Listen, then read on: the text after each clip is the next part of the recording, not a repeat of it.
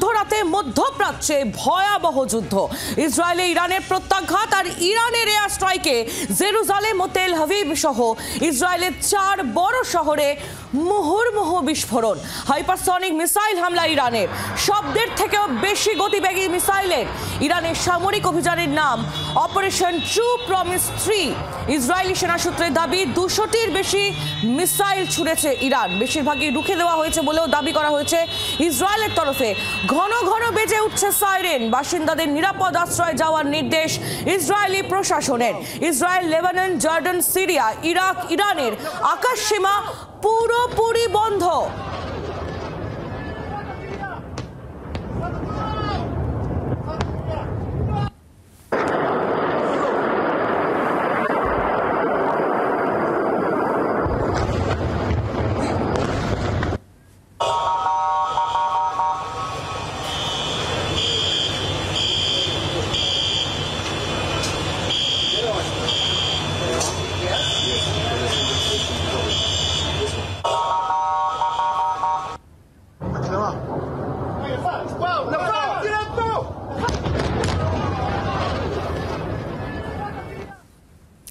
মধ্যপ্রাচ্যে মধ্যরাতে যে ভয়াবহ যুদ্ধ, তাতে ইসরায়েলের ইরানের প্রত্যাঘাত, ইরানের এয়ার স্ট্রাইকে জেরুজালেম এবং তেল আভিভ সহ ইসরায়েলের বড় বড় 4টি শহরে মুহুর্মুহু বিস্ফোরণ, এবং সেই ছবি তুলে ধরলাম আপনাদের সামনে। আমাদের সঙ্গে এই মুহূর্তে রয়েছেন আমাদের প্রতিনিধি অয়ন ঘোষাল। তার থেকে যেমন বিস্তারিত জানবো, তেমনই আমরা এই বিষয় নিয়ে আলোচনা করব। আমাদের সঙ্গে রয়েছেন আন্তর্জাতিক সম্পর্ক বিশেষজ্ঞ রাজাগোপাল ধর চক্রবর্তী, এবং আমাদের সঙ্গে রয়েছেন অবসরপ্রাপ্ত সেনাকর্তা কর্নেল কৌশিক সরকার। রাজাগোপাল বাবু, কর্নেল সরকার, আপনি দুজনকে স্বাগত জানাই জি 24 ঘন্টা। আমি শুরুতেই অয়নের থেকে একটু আপডেট নিয়ে এই মুহূর্তে ইসরায়েল এবং ইরানের যে যুদ্ধ পরিস্থিতি, সেটা কোন জায়গায় দাঁড়িয়ে রয়েছে অয়ন?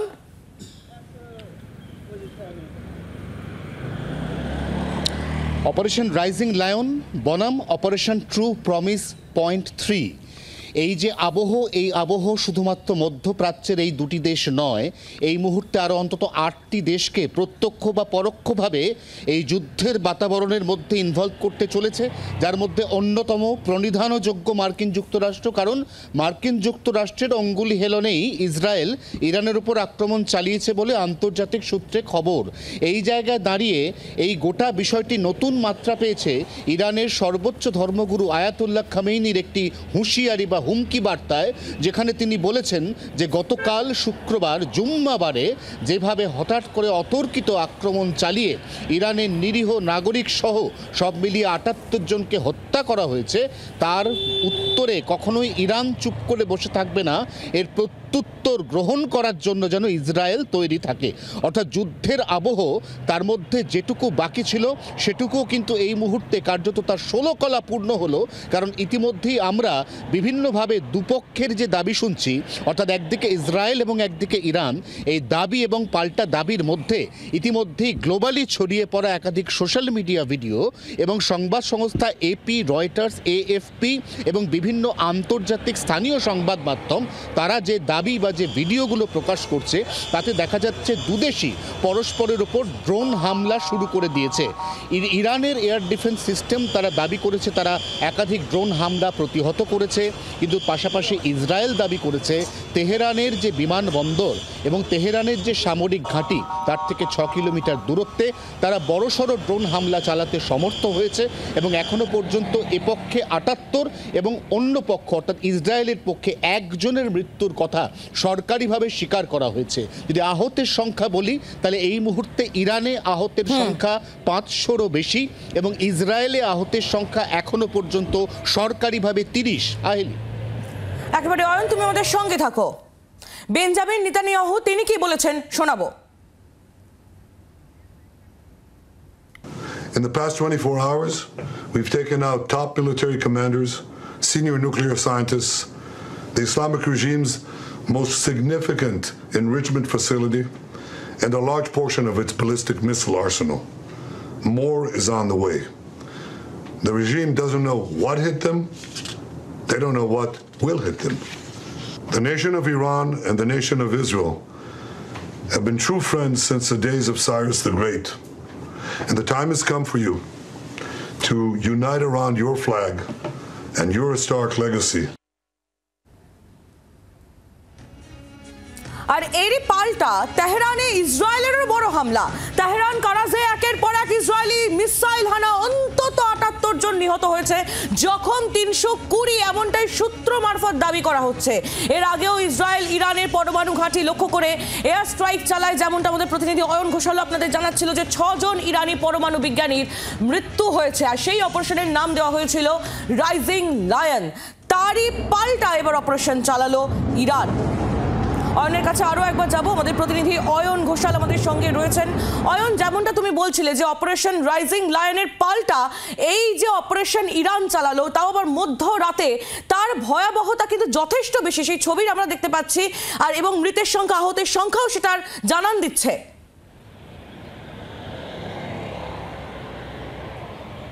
সমরাস্ত্র বিশেষজ্ঞ এবং প্রতিরক্ষা বিশেষজ্ঞরা মনে করছেন খাতায় কলমে ইরানের থেকে ইসরায়েলের সামরিক শক্তি কয়েক গুণ বেশি। ইনফ্যাক্ট ইসরায়েল বিশ্বের বিভিন্ন দেশকে সমরাস্ত্র সরবরাহ করে, আমদানি করে, রপ্তানি করে, এবং সেক্ষেত্রে ইরান তার নিউক্লিয়ার পাওয়ার ঠিক কতটা এগিয়েছে, ইরান ঠিক এই মুহূর্তে নিউক্লিয়ারই পারমাণবিকভাবে কতটা শক্তিধর দেশ, এটা গোটা বিশ্বের কাছে বোঝার কোনো উপায় নেই। কারণ যে ইন্টারন্যাশনাল প্রোটোকল রয়েছে তাতে ইরান নিজের যে সমস্ত অস্ত্র পরীক্ষা, বিশেষ করে পরমাণু অস্ত্র, তার আপডেট সম্পর্কে গোটা বিশ্বকে জানাতে বাধ্য নয়, তারা সেই প্রোটোকলে অংশীদারি নয়। এক্ষেত্রে ইসরায়েল যেহেতু সেই প্রোটোকলের অংশীদারি, অতএব মার্কিন যুক্তরাষ্ট্রের কাছে এই তথ্য একেবারে দিনের আলোর মতো পরিষ্কার যে এই মুহূর্তে ইসরায়েলের হাতে কি কি রয়েছে এবং তার মধ্যে পরমাণু শক্তি কতটা ইসরায়েল ইতিমধ্যেই সঞ্চয় করতে পেরেছে। মার্কিন যুক্তরাষ্ট্রের আশঙ্কার সবথেকে বড় জায়গা যে এই যে চুক্তি, অর্থাৎ ইন্টারন্যাশনাল যে অ্যাটমিক এনার্জি ট্রিটি, এই ট্রিটিতে কোনোভাবেই ইরানকে অংশগ্রহণ করানো যায়নি। অতএব এই মুহূর্তে ইরানের ভেতর ঠিক কী চলছে, ইরান নিজেকে কতটা পরমাণু শক্তিধর হিসেবে তৈরি করছে, এই তথ্যটা নেই বলেই এই আক্রমণ, এমনটাই কিন্তু এই মুহূর্তে আন্তর্জাতিক সম্পর্ক বিশ্লেষকরা মনে করছেন। এবং এক্ষেত্রে যেহেতু আমেরিকা ইসরায়েলের পাশে আছে এবং ইতিমধ্যেই ইসরায়েলের পাশে আরও কতগুলি দেশ তারা দাঁড়ানোর ইঙ্গিত দিয়েছে, অতএব তারপরে যখন আয়াতুল্লাহ খোমেনির এই বার্তা, এবার সবার নজর এই দিকে যে বিশ্বের তাপত ইসলামিক কান্ট্রিজগুলো শেষ পর্যন্ত ইসরায়েল এবং ইরানের এই যে যুদ্ধের বাতাবরণ কোন পক্ষ নেয়। আহেলি, একেবারে অয়ন, তুমি আমাদের সঙ্গে থাকো এবং এই নিয়ে অবশ্যই আমরা বিশেষজ্ঞদের সঙ্গে কথা বলবো। আমাদের সঙ্গে রাজাগোপাল ধর চক্রবর্তী রয়েছেন এবং কর্নেল কৌশিক সরকার রয়েছেন। আমি শুরুতেই একটু কর্নেল সরকারের কাছে যাব। কর্নেল সরকার, আমরা যেমনটা জানি যে ইরানের থেকে ইসরায়েলের সামরিক শক্তি অনেকটাই বেশি, কিন্তু যে অপারেশন ইরানের তরফ থেকে মধ্যরাতে চালানো হলো, তাতে কি বলা যায় এটা যে ইসরায়েলের যে প্রতিরক্ষা ব্যবস্থা সেটা কোনোভাবে একটু টলে গিয়েছে? কারণ ইরানের যে প্রত্যাঘাত আমরা দেখলাম তা যথেষ্ট ভয়াবহ। আপনার দীর্ঘদিনের অভিজ্ঞতা, কি বলবেন, কিভাবে দেখছেন? দেখুন, ইসরায়েল যেমন একটা পুরোপুরি আমেরিকার উপরে বেসিস করে তাদের সৈনিক বা তাদের সামরিক জিনিসটাকে সাজিয়ে রেখেছে, ইরান কিন্তু সেরকম নয়। ইরানের ব্যাপারটা কিন্তু লুকিয়ে চুরিয়ে চুপি চুপি ওরা অনেক কিছু ডেভেলপ করে রেখেছে, হাইপারসনিক মিসাইল পর্যন্ত তাদের কাছে আছে। এবং এটাও বুঝতে হবে যে ইরান যখন রাশিয়া ইউক্রেনের লড়াই চলছিল তখন ইরান বিরাটভাবে রাশিয়াকে মদত দিয়েছিল ড্রোন অ্যাটাকের উপরে। ওদের স্পেশাল কিছু ড্রোন আছে, সেই ড্রোন দিয়ে রাশিয়া কিন্তু ইউক্রেনকে নাস্তানাবুদ করে তুলেছিল, এবং সোয়ার্ম ড্রোনসটা কিন্তু ইরান থেকেই সেইভাবে শুরু হয়েছিল। এবং এই জিনিসটা বলাটা ভুল হবে যে ইরানের কাছে কিছু নেই, ইরানে কিন্তু যথেষ্ট শক্তিশালী এবং তারা খুব বড়ভাবে ইসরায়েলের উপরে আঘাত আনবে। কিন্তু যেহেতু ইসরায়েলের উপরে একটা বড় হাত আছে, তারা খুব একটা বেশি ক্ষতি করতে পারবে কিনা সেটা নিয়ে কিন্তু একটা সন্দেহের ব্যাপারও আছে। যেমন আমরা বলি, ইসরায়েল যখন প্রথম রাতে স্ট্রাইক করলো, ওদের মিলিটারি কমান্ডার্সদেরকে উপর স্ট্রাইক করলো, ওদের মিলিটারি ইনস্টলেশন গুলোকে ধ্বংস করে দিল, ওদের নিউক্লিয়ার সাইটগুলোর উপরে অ্যাটাক আনলো, ওদের মিসাইল ফ্যাক্টরির উপরে অ্যাটাক এনেছে এবং তেহরানকে বড়ভাবে হিট করেছে এবং তেহরানের সাথে অনেক সিটিজও হিট করেছে। কিন্তু তার রিটালিয়েশনে ইরান কিন্তু তেল আভিভ আর জেরুজালেমকেও হিট করেছে। এখন ইসরায়েল কতটা বলতে পারবে এই জিনিসটা নিয়ে, সেটা আমাদেরকে ওয়েট অ্যান্ড ওয়াচ করতে হবে।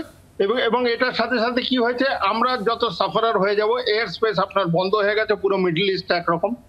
যদিও হামাস আর হেজবুল্লাহকে বড়ভাবে ধ্বংস করতে পেরেছে ইসরায়েল, তো ইসরায়েলের এখন ইন্টারনাল ইস্যু থেকে কিছুটা সে রেহাই পেয়েছে বলেই সে ইরানের উপরে বড়ভাবে অ্যাটাকটা করেছে। এবং এটাতে একরকম বলা যেতে পারে, কিন্তু ওয়ার্ল্ড ওয়ার 3 আমার যেহেতু মনে হয়, এটা আমার চিন্তাধারা যে ওয়ার্ল্ড ওয়ার 3 একরকম কিন্তু স্টার্ট হয়ে গেছে। এটা তো কোনো অ্যানাউন্স হবে না যে এই যে ওয়ার্ল্ড ওয়ার 3 শুরু করতে চললাম। একেবারে কর্নেল সরকার, আপনি যে প্রশ্নটা এই মুহূর্তে তুললেন এই নিয়েই আমি যাব রাজাগোপাল ধর চক্রবর্তীর কাছে, আন্তর্জাতিক সম্পর্ক বিশেষজ্ঞ আমাদের সঙ্গে রয়েছেন। কর্নেল সরকার, আপনি ওদের সঙ্গে থাকুন।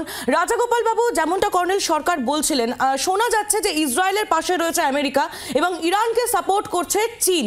তাহলে সেক্ষেত্রে কি তৃতীয় বিশ্বযুদ্ধের ডঙ্কা ইতিমধ্যেই শোনা যাচ্ছে? কি মনে করছেন আপনি?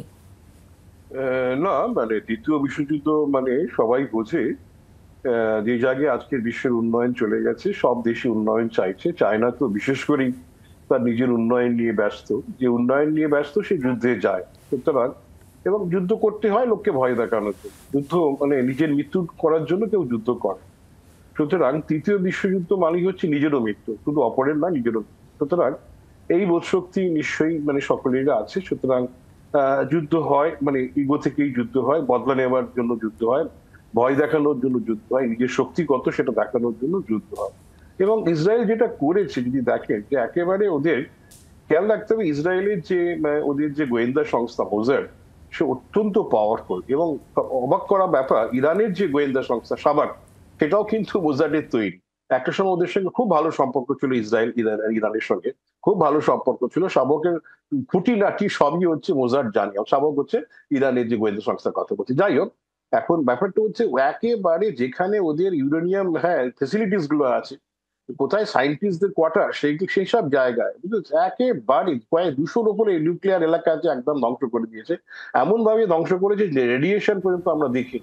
আন্তর্জাতিক যে সংগঠন আছে, আণবিক নিয়ন্ত্রণকর্তা যারা আছেন, তারা এখনো পর্যন্ত কোনো রেডিয়েশনের খবর আমাদের জানাচ্ছেন না। অর্থাৎ এমন ভাবে টার্গেট হিট করা হয়েছে যে তারা একেবারে তাদের নিউক্লিয়ার শক্তিগুলোকে ব্যবহার করার ব্যাপারে অকেজ হয়েছে, অনেকটাই হয়ে গেছে একদম, বুঝেছেন?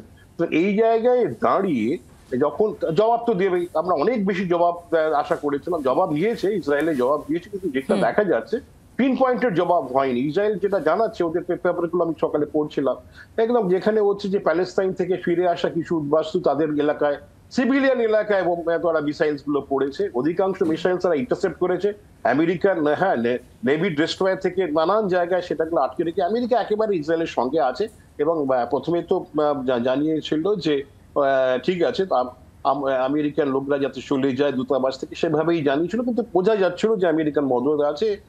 এবং আমেরিকান সৈন্যবাহিনী বিরাট ভাবে পাঠাচ্ছে। আগে 30,000 ছিল, প্রায় 43,000 মতন সেনাবাহিনী ওখানে গিয়ে পৌঁছবে। সেখানকার যে ডেস্ট্রয়ার, সে অনেকগুলো ইন্টারসেপ্ট করেছে এই সমস্ত air missile, ballistic supersonic missile যেটা আপনারা বললেন, যেগুলো ইন্টারসেপ্ট করেছে, কিছু গিয়ে পড়েছে। এবং যেসব জায়গায় গিয়ে পড়েছে সাধারণ মানুষ থাকে, বোঝাই যাচ্ছে ইরানের ক্ষমতা খুব একটা নেই। এইরকম নিজেদের তাদের পারমাণবিক 2জন টপ আর্মি কমান্ডারকে মেরে ফেলেছে, ইসলামিক গার্ডের যে প্রধানকে মেরেছে, আর্মি কমান্ডারকে মেরে দিয়েছে। এই জায়গায় দাঁড়িয়ে যে ইসরায়েলের ইরানের যে জবাব দেওয়ার ব্যাপারটা আমরা ভেবেছিলাম যে মারাত্মক কোনো জবাব দিবেন, তা নেতানিয়াহুর উপর আক্রমণ হবে, সেগুলো কিচ্ছু ঘটলো না। কতগুলো উদ্বাস্তুর উপরে যদি আপনি সাধারণ এলাকা, তো আপনার সে সিস্টেমই নেই। ইসরায়েলের সঙ্গে লড়াই করার সেই সিস্টেম ইরানের নেই।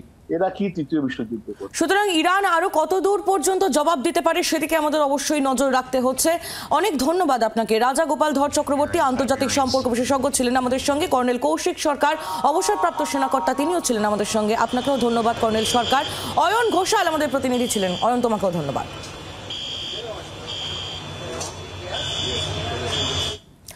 ইরান ইসরায়েলের এই ভয়াবহ যুদ্ধ আর এই গোটা পরিস্থিতির দিকে নজর রাখছে নয়াদিল্লি। ভারতীয় নাগরিকদের উদ্দেশ্যে ইতিমধ্যে সতর্কবার্তা জারি করা হয়েছে বিদেশ মন্ত্রকের তরফ থেকে। ইরান ইসরায়েলের এই ভয়াবহ যুদ্ধ পরিস্থিতির দিকে সতর্ক দৃষ্টি রয়েছে নয়াদিল্লির। ভারতীয় নাগরিকদের উদ্দেশ্যে ইতিমধ্যেই সতর্কবার্তা জারি করেছে বিদেশ মন্ত্রক।